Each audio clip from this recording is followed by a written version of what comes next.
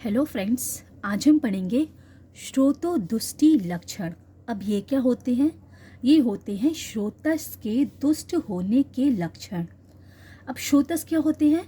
जिसमें श्रवण होता है, यानी कि श्रवण सीक्रीशंस होते हैं, उसे श्रोतस कहते हैं। आचार्य चरक ने 13 प्रकार के श्रोतस के बारे में बताया है। तो श्रोतोदुष्टि कहाँ वर्णित है? ये आचार्य चरक के अनुसार चरक संहिता के विमान स्थान के अध्याय नंबर 5, जिसका नाम है श्रोतो विमान अध्याय, उस अध्याय में वर्णित है। तो श्रोतोदुष्टि क्या होती है? श्रोतस के दुष्ट होने के लक्षण। जो 13 प्रकार के श्रोतस आचार्य चरक ने बताए हैं, जैसे कि प्राण व श्रोतस, उदक व श्रोतस, अन्न व श्रोतस, रस व श्रोतस, रुधिर व श्रोतस, मांस व श्रोतस, मेदो व श्रोतस, अस्थि व श्रोतस, मज्जा व श्रोतस, सुक व श्रोतस, पुरीश व श्रोतस, मूत्र व श्रोतस और स्वेद व श्रोतस, ये 13 प्रकार के श्रोतस जो आचार्य चरक ने बताए हैं, जब ये दुष्ट हो जाते हैं, मतलब जब इनमें दुष्टि हो जाती है, जब ये दूषित हो जाते हैं, तो क्या क्या सिम्टम्स बॉडी में दिखाई पड़ते हैं वो हम देखेंगे। तो सबसे पहले आते हैं प्राण व श्रोतस की दुष्टि के लक्षण। प्राण व श्रोतस। प्राण व श्रोतस का मूल है हृदय और महाश्रोत, यानी कि हृदय, हार्ट और महाश्रोत, जो पूरी एलिमेंट्री कैनाल है, वो प्राण व श्रोतस की मूल है। प्राण व श्रोतस का मूल है। तो ये अगर दुष्ट हो जाएं तो क्या सिम्टम्स आते हैं बॉडी में आचार्य चरक के अनुसार, वो हम देखेंगे। तो सबसे पहले है अतिश्रष्ट, मतलब अधिक निकलना। अतिबद्धम, अधिक बंधा हुआ। कुपित, कुपित। अल्प अल्पम, थोड़े थोड़े। अभीक्षणम, अभीक्षण का मतलब होता है बार बार। शाशब्द, यानी कि शब्द के साथ, यानी कि उसमें आवाज आए। और शूल, शूल यानी कि पेन, पीड़ा, वेदना, उसके साथ श्वास, उच्छ्वसतम, श्वास लेते हुए मनुष्य को देखा जाए तो उसके प्राण व श्रोतस दुष्ट हो गए हैं, ऐसा समझना चाहिए। तो श्वास अधिक निकले या अधिक बंधा हुआ निकले, यानी कि उसमें ऑब्स्ट्रक्शन हो श्वास में। कुपित हुआ हो, थोड़े थोड़े, यानी कि थोड़ी थोड़ी शैलो ब्रीदिंग हो, डीप ब्रीदिंग ना होकर शैलो ब्रीदिंग हो। बार बार शब्द, उसकी फ्रिक्वेंसी बहुत ज़्यादा हो। और शूल के साथ श्वास हो, और जब श्वास, जब ब्रीदिंग हो, जब इंस्पिरेशन और एक्सपिरेशन हो, तो उसमें शूल हो, वेदना हो, तो हम समझ सकते हैं कि प्राण व श्रोतस दुष्ट हो गए हैं। ठीक है गाइस। अब हम पढ़ेंगे उदक व श्रोत की दुष्टि के लक्षण। उदक मतलब होता है जल। तो जल व श्रोतस जब दुष्ट हो जाते हैं तो क्या लक्षण आते हैं बॉडी में, वो हम देखेंगे। तो उदक व श्रोतस के मूल क्या है? तालु और क्लोम। तालु यानी कि पैलेट, और क्लोम जो होता है वो उदक व श्रोतस के मूल हैं आचार्य चरक के अनुसार। और अगर उदक व श्रोतस की दुष्टि होती है, उसमें कोई दूषित हो जाते हैं, दुष्ट लक्षण आते हैं, तो क्या होता है? जीवा, तालु, ओष्ठ, कंठ, क्लोम, शोष, पिपाशा च अति प्रवृत्ता। तो तालु और क्लोम जो है वो उदक व श्रोतस के मूल है। तो तालु और क्लोम ये दोनों शुष्क हो जाते हैं। और उदक, जल लेने का, जो इंजेक्शन करने का, जल को इंटेक करने का कहाँ से होता है? मुख से होता है, ओठ से होता है, जीवा से होता है, और गले के ट्रैवल करके जाता है उदक जल। तो जीवा और ओष्ठ और कंठ ये भी शुष्क हो जाते हैं जब उदक व श्रोतस की दुष्टि होती है तो। और पिपाशा च अति प्रवृत्ता, पिपाशा यानी कि प्यास बहुत ज़्यादा लगती है। Okay guys. अब हम पढ़ेंगे अन्न व श्रोत की दुष्टि के लक्षण। अन्न व श्रोतस के मूल होते हैं अमाशय और वाम पार्श्व। तो अमाशय में जब दोष दुष्ट होते हैं, और वाम पार्श्व में, यानी कि lateral side of the body, middle of the body की लेटरल साइड्स पे जब दोष दुष्ट होते हैं, तो अन्न व श्रोतस दुष्ट हो गए, ये समझना चाहिए। और अन्न व श्रोतस की मूल है अमाशय और lateral side of the body पार्श्व। तो अन्न अभिलषण, अन्न खाने की इच्छा ना होना। अरोचक, अरुचि होना। अभिपाक, खाने का ठीक तरीके से ना पचना। और छर्दी होना, यानी कि वमन होना। वमन क्यों होता है? क्योंकि जो अमाशय है उसके नियरेस्ट जो बहिर्मुख श्रोतस है वो है मुख, और जो एनस है, जो गोदा है, वो थोड़ी नीचे है। तो जो अमाशय में एजिटेशन होता है अगर, तो वमन से ही जो अनडाइजेस्टेड फूड है वो निकलेगा, तो इसलिए वमन होता है अन्न व श्रोतस की दुष्टि में। और अन्न ठीक तरह से नहीं पचता, क्योंकि अमाशय में अन्न का पाचन होता है, अमाशय ही अन्न व श्रोतस का मूल है, तो अन्न ठीक से नहीं पचता है, अन्न खाने की इच्छा नहीं होती और अरुचि होती है। ठीक है गाइस। अब हम पढ़ेंगे रस व श्रोतों की दुष्टि के लक्षण। रस व श्रोतस जब दुष्ट हो जाते हैं तो क्या लक्षण होते हैं? अश्रद्धा, खाना खाने की इच्छा नहीं होती है, अरुचि होती है, आस्य वैरस से मुख में विरसता हो जाती है, यानी कि डिसटेस्टफुल हो जाता है। अरसज्ञता, अरसज्ञ मतलब रस का ज्ञान नहीं होता, जो टेस्ट वर्ड्स होती हैं वो टंग पे जो होती है वो ठीक से प्रॉपर फंक्शन नहीं करती है, इसलिए अरसज्ञता होता है, मतलब रस का ज्ञान नहीं हो पाता है। हिल्लाशो यानी कि जी मिचलाना, नौजिया होता है। गौरव मतलब गुरुता होती है बॉडी में। तंद्रा यानी कि थकावट होती है। और सा अंग मर्दो मतलब बॉडी में पेन होता है। ज्वर होता है। और तमा दर्शन, आंखों के सामने अंधेरा आता है। तो ज्वर किसका लक्षण है? रस व श्रोतस के दुष्ट होने से ज्वर होता है। ठीक है गाइस, अब हम पढ़ेंगे रस व श्रोतस के और भी दुष्ट होने के क्या लक्षण हैं वो हम देखेंगे। तो पांडुतम, पांडुतम में क्या होता है? रस व श्रोतस दुष्ट होती है तो पांडु होता है। अब पांडु क्यों होता है? क्योंकि रस के पास वाली धातु जिससे रस से जो बनता है वो रक्त होता है। जब रस ही प्रॉपर वर्क नहीं करेगा तो रक्त कैसे बनेगा? जब रक्त नहीं बनेगा तो पांडु होगा। ठीक है। श्रोतसा रोधा, श्रोतस में अवरोध हो जाता है। क्लैब्य, नपुंसकता आती है। नपुंसकता क्यों आती है? क्योंकि रस व श्रोतस प्रॉपरली फॉर्म नहीं हुए हैं तो उससे रक्त नहीं बनेगा, मांस नहीं बनेगा, मेद नहीं बनेगा, अस्थि नहीं बनेगी, मज्जा नहीं बनेगा, शुक्र नहीं बनेगा। तो शुक्र नहीं बनेगा अल्टीमेटली तो उसे नपुंसकता आएगी। सात मतलब शरीर में शिथिलता होती है। कृशंगता मतलब जो अंग है वो क्रश हो जाते हैं, क्योंकि बॉडी को न्यूट्रिशन नहीं मिलेगा। जब रस व श्रोतस प्रॉपर से वर्क नहीं करेंगे तो बॉडी क्रश होने लगेगी, दुबली पतली होने लगेगी।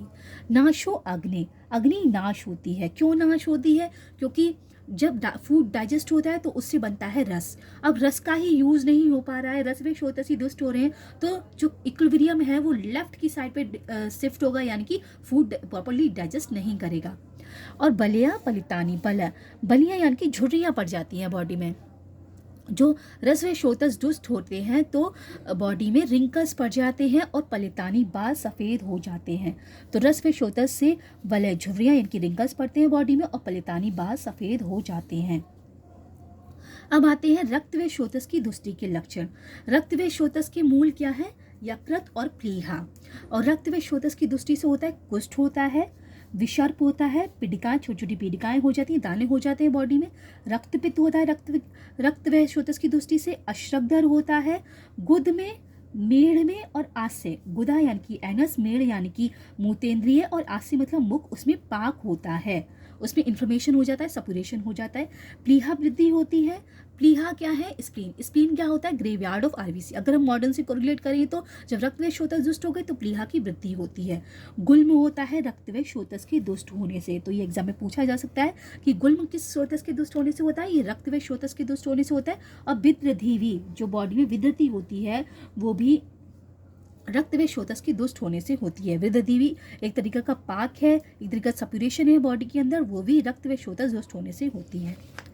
और क्या होता है रक्त व श्रोतस के दुष्ट होने से?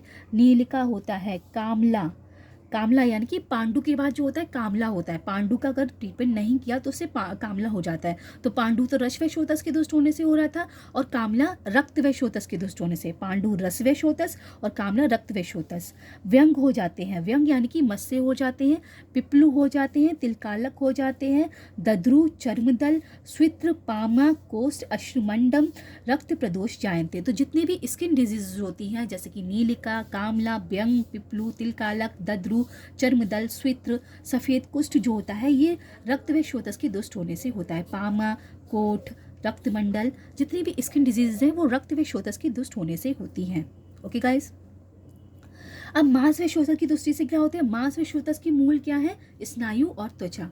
तो मांस व श्रोतस की दृष्टि से होता है अधिमांस, यानी कि मांस के ऊपर और मांस होना। अर्बुद हो जाता है यानी कि ट्यूमर हो जाता है, कील हो जाती है, गलशालुक हो जाता है, गलशुंडकी हो जाती है, पूतिमास हो जाता है, अलजी हो जाता है, गंड हो जाता है, गंडमाला हो जाता है और उपजीविका। ये मांस व श्रोतस की दृष्टि से होते हैं। क्या क्या होते हैं? अधिमांस, अर्बुद, मांसकील, गलशालुक, गलशुंडी, पूतिमास, अलजी, गंड, गंडमाला, उपजीविका। ये रोग दूषित मांस के होने से होते हैं। तो उपजीविका कैसे होता है? जब मांस दूषित हो जाता है तो उपजीविका होता है आचार्य चरक के अनुसार। ओके गाइस, अब हम पढ़ेंगे मेद व श्रोतस की दुष्टि के लक्षण। मेद व श्रोतस के दुष्ट होने से क्या लक्षण आते हैं, क्या सिम्टम्स आते हैं वो हम देखेंगे। तो मेद व श्रोतस के मूल हैं ब्रक और वसा, ब्रक यानी कि किडनी और वसा यानी कि फैट, ये मेद व श्रोतस के मूल हैं। तो मेद व श्रोतस के दुष्ट होने से जो 21वें अध्याय जो है अष्टोनिंदतीय अध्याय है, उसमें जो 8 प्रकार के निंदित पुरुष बताए गए हैं वो रोग होते हैं। और प्रमेह होता है। प्रमेह क्या होता है? यूरिनरी ट्रैक्ट इन्फेक्शन या यूरिनरी ट्रैक्ट डिजीजेस, उसे प्रमेह कहते हैं। और ये जो मेद व श्रोतस है, इसका मूल क्या है? वृक यानी कि किडनी। तो किडनी में का फंक्शन प्रॉपर नहीं होगा तो प्रमेह होगा, यूरिनरी डिजीजेज होंगी, क्योंकि किडनी जो है वो यूरिनरी सिस्टम है, एक्सक्रीटरी सिस्टम है, तो वहाँ से प्रमेह भी हो जाएगा, यूरिनरी ट्रैक्ट डिजीजेस हो जाएंगी अगर मेद व श्रोतस दुष्ट होते हैं तो, क्योंकि मेद व श्रोतस का मूल है किडनी। अब अस्थि व श्रोतस की दुष्टि के लक्षण क्या होते हैं? अस्थि व श्रोतस का मूल है मेदा और जघन। तो अधे अस्थि, अस्थि के ऊपर अस्थि हो जाती है, दंत के ऊपर दंत हो जाता है, दंत भेद दंत शूल, अस्थि भेद अस्थि शूल होता है, विवर्णता हो जाती है, केश लोम नख शमश्रु दोषा च अस्थि। अस्थि का जो मल होता है वो होता है केश और रोम, आचार्य चरक के अनुसार। तो अस्थि व श्रोतस दुष्ट होते हैं तो उनके मल भी सही से नहीं बनेंगे, इसलिए केश लोम नख शमश्रु दोष ये अस्थि प्रदोषज होते हैं, अस्थि व श्रोतस की दुष्ट होने से होते हैं। ओके गाइस, अब हम पढ़ेंगे मज्जा व श्रोत की दुष्टि के लक्षण। तो मज्जा व श्रोतस के जो मूल है वो है अस्थि और संधियाँ। तो अस्थि और संधियाँ में ही विकृति आएगी जब मज्जा व श्रोतस दुष्ट होंगे तो रुक पर्वणों, पर्वणों मतलब होता है संधियाँ। तो संधियों में पेन होता है, चक्कर आते हैं, मूर्छा आती है, दर्शन तमस्तता, जब अंधेरा दिखाई पड़ता है, अंधेरा होता नहीं है लेकिन अंधेरा दिखाई पड़ता है, और अरुषा स्थूल मूला नाम पर्वजाम, और जो मोटी पर्वों में स्थूल मूल वाली फुंसियों का दिखाई पड़ना। अरुषा मतलब फुंसियाँ, स्थूल मूल वाली फुंसियाँ, पर्वजा मतलब संधियों में स्थूल मूल वाली फुंसियाँ हो जाती हैं, दिखाई पड़ती हैं। तो ये कब होता है? जब मज्जा व श्रोतस दुष्ट होते हैं तब रुक पर्वणों, ये इंपॉर्टेंट है, रुक पर्वणों और दर्शनम तमस्तता और अरुषा स्थूल मूलनाम पर्वजाम, तो ये मज्जा व श्रोतस की दुष्टि से होते हैं। अब आते हैं शुक्र व शोथ की दुष्टि के लक्षण। शुक्र व शोथ के जो मूल है वो है अंड और मूत्र इंद्रिय। तो अंड यानी कि टेस्टिस और मूत्र इंद्रिय जो है वो शुक्र व शोथस की दुष्टि से, शुक्र व शोथस के मूल है, और उसकी दुष्टि से क्या होता है? क्लैव्य होता है, यानी कि नपुंसकता आती है, क्योंकि जो शुक्र व शोथस क्या है? टेस्टिस और मूत्र इंद्रिय, उसमें स्पर्म का फॉर्मेशन प्रॉपर नहीं होगा तो उससे नपुंसकता आएगी। अहर्षणम होगा, रोगी व क्लीव म अल्प आयु विरूप व प्रजायते, उससे जो संतान उत्पन्न होगी वो रोगी होगी, नपुंसकता वाली होगी, अल्प आयु वाली होगी और कुरूप होगी अगर शुक्र व शोथस की दुष्टि हो जाती है तो। और गर्भ रहने पर गर्भ का पात या श्राप हो जाया करता है। ये दोनों शुक्र की बात की है, जो लेडीज़ में हो या जेंट्स में हो, जो मेल में हो या फीमेल में हो, दोनों में शुक्र हो उसकी बात कही गई है। और शुक्र ही दुष्टम सापत्य सादरम वदते नरम, दुष्ट हुआ शुक्र स्त्री और संतान के साथ उस व्यक्ति के शरीर में बाधा उत्पन्न करता है। तो शुक्र स्त्री के भी शरीर में बाधा उत्पन्न करता है, संतान होती है उसमें भी बाधा उत्पन्न करता है, और जो मनुष्य में शुक्र की दुष्टि हुई है उसको तो प्रॉब्लम होनी ही है। मूत्र व शोथ की दुष्टि के लक्षण। जब मूत्र व शोथ दुष्ट होते हैं तो अति श्रष्टम, अति बद्धम, प्रकृतम, अल्प अल्पम, अभीक्षणम व बहलम सशूलम मूत्रयंत।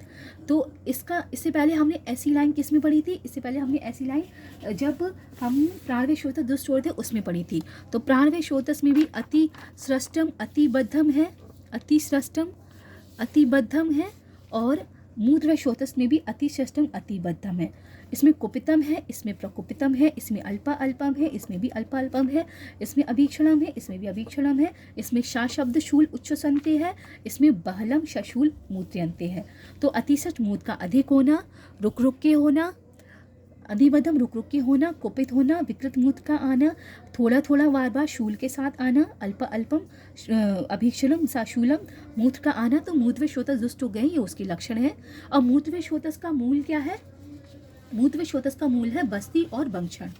अब आते हैं पुरुष व शोथस की दुष्टि के लक्षण।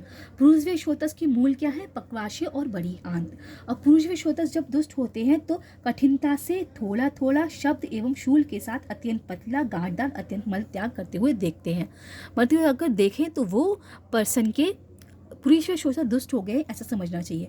तो कृच्छिण कठिनता से, अल्पा अल्पम थोड़ा, शब्द मतलब आवाज़ के साथ, स्थूल मतलब दर्द के साथ, अतिद्रवम मतलब बहुत पतला, गृद्धम मतलब गांठदार, अतिभव मतलब बहुत ज़्यादा। तो इससे जो पुरुष त्याग करता है, जो फीकल मैटर ऐसा डिस्चार्ज करता है, उसके पुरुष व श्रोता दुष्ट हो गए हैं, ये समझना चाहिए। ओके गाइस, अब आते हैं हम लास्ट श्रोतस पे, जो आचार्य चरक ने वर्णन किया है। लास्ट श्रोतस है श्वेदवह श्रोतस। तो श्वेदवह श्रोतस की दृष्टि के लक्षण है आस्वेदन, अतिस्वेदन, पारुष्य, अतिश्लेषण, अंगस्य, परिधा, लोमहर्ष, चार दृष्टियाँ। और स्वेदवह श्रोतस के मूल क्या है? मेदा और रोमकूप। तो रोमकूप से स्वेट का सिक्रीशन होता है, रोमकूप में ग्लैंड्स होते हैं, उसमें स्वेट्स का सिक्रीटेन होता है, स्वेट ग्लैंड्स होते हैं। तो ये स्वेदवह श्रोतस जब दुष्ट हो जाते हैं तो या तो पसीना बिल्कुल नहीं आएगा, या बहुत ज़्यादा आएगा, या फिर परुष्टा यानी कि कठिनता हो जाएगी, या अतिश्लेषण ये बहुत ज़्यादा चिकनापन हो जाएगा। क्योंकि अगर पसीना बहुत ज़्यादा आ रहा है तो उससे चिकनापन होगा, अगर पसीना बिल्कुल नहीं आ रहा है उससे बॉडी में रूक्षता, ड्राइनेस बढ़ेगी, और परिदाह होता है, और लोमहर्ष भी होता है। रोमकूप इसमें इन्वॉल्व है, क्योंकि श्वेदवह श्रोतस की जो मूल है वो रोमकूप है। तो लोमहर्ष होता है जब पिलो इरेक्शन होता है, जब हेयर्स का पिलो इरेक्शन होता है तो लोमहर्ष होता है। तो लोमहर्ष भी होता है श्वेदवह श्रोतस की दृष्टि के लक्षण। ओके गाइस, तो हमने आचार्य चरक के अनुसार 13 प्रकार के श्रोतस देखे। श्वेदवह श्रोतस, पुरीश्वह श्रोतस, मूत्रवह श्रोतस, उससे पहले देखे थे शुक्रवह श्रोतस, उससे पहले देखे थे पंचवह श्रोतस, उससे पहले देखे थे अस्थिवह श्रोतस, उससे पहले देखे थे मेदवह श्रोतस, फिर देखे थे मांसवह श्रोतस, फिर देखे थे रक्तवह श्रोतस, उससे पहले देखे थे रसवह श्रोतस, उससे पहले देखे थे अन्नवह, फिर देखे थे उदकवह, उससे पहले देखे थे प्राणवह श्रोतस। तो गाइज, इस प्रकार हमने 13 प्रकार के श्रोतस के मूल और उनके दुष्टि के लक्षण क्या होते हैं ये डिस्कस करें। इससे आगे यानी वीडियो में हम और भी इंपॉर्टेंट टॉपिक विमान स्थान, शाही स्थान के पढ़ेंगे। Till then, thank you, have a nice day, जय हिंद, जय भारत।